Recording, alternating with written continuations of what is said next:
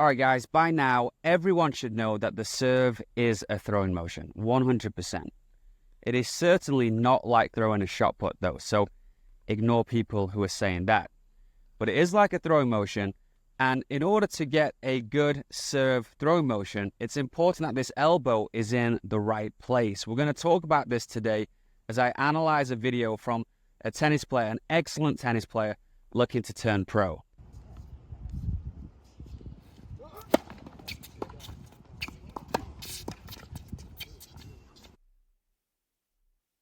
All right, Vince, so I took some videos of you serving the other day, said I would make you a video. As I went home and looked at your serve, there's one thing that's really noticeable, and that is where this elbow is positioned. It's a little bit low, and it's also in front of your shoulder line.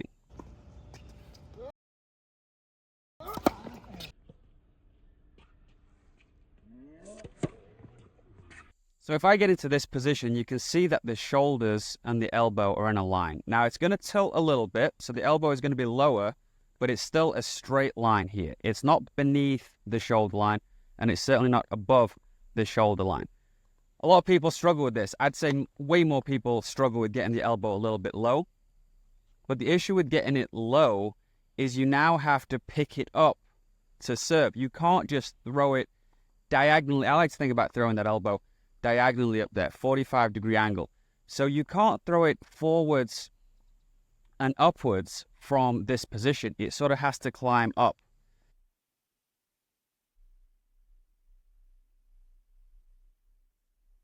Now, if we take a look at this from the back angle, I feel like that guy Grant, some sexy transitions. You guys know what I'm talking about. So, talking about this elbow not being low, it also has to be in line with the shoulders this way instead of in front of the shoulder line. If we're here, it's hard to generate that power. So, Vince, not only is your elbow a little bit low, but it's also to the inside a little bit. So if we can get the elbow back, it's going to give you so much more power. So we want this elbow to be in a position where you feel like you can throw it up and forwards. The racket's going to lag. You'll probably get a better and deeper racket drop, and you'll have, essentially it's lag. You've got a ton of lag on your forehand, not a lot of lag on the serve because you're just going upwards. So we need to get the elbow being thrown and the racket playing catch up.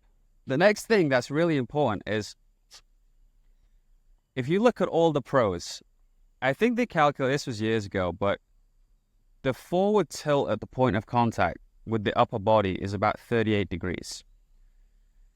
And when you're going just straight up, there's just not a lot of body going forwards into the shot too, which is why you don't have this super dynamic finish where the body's tilting forwards, the lower half's going back, so you're not creating that torque. So if you could get your elbow and racket being thrown up and forwards a little bit more instead of straight up, you could get your body rotating into the shot, you could get the lower half moving in opposite directions, and there's just so much more power to be had there.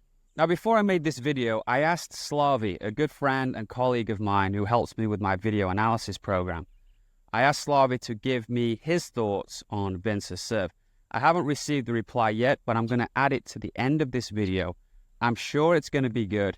It's going to be interesting to see if Slavy sees the same issues that I'm seeing. Before I share Slavy's video with you, consider signing up for my video analysis program at tpatennis.com. You can send me unlimited videos each month, and I will respond within 48 hours with a personalized, unique, tailored video just for you, nothing pre-recorded. Slavy also gets involved if we ask him to, so you get two for the price of one. Hope you sign up. Enjoy the rest of the video. Hey Tom, so I watched the video of your mate serving over there, and obviously he's a pretty athletic dude. Like, he can serve. He's got a pretty coordinated, kinetic chain and all that. The biggest problem that I have with his motion is that it's kind of a very low to high motion, and what I mean by that is the direction of his momentum is going from very low to very high. And so I think it kills off quite a bit of the power. Like, I'm a bit of an old-fashioned dude, okay? I believe that you should be swinging in the direction in which you're trying to hit the ball. So for me, a forward direction through the shot would probably yield a more efficient way to generate power. To me, it looks like he's just grabbing a basketball and he's trying to like dunk it. So I think he's losing a lot of that, and it looks like most of the energy is going up and away from his target. So that's basically my 2 cents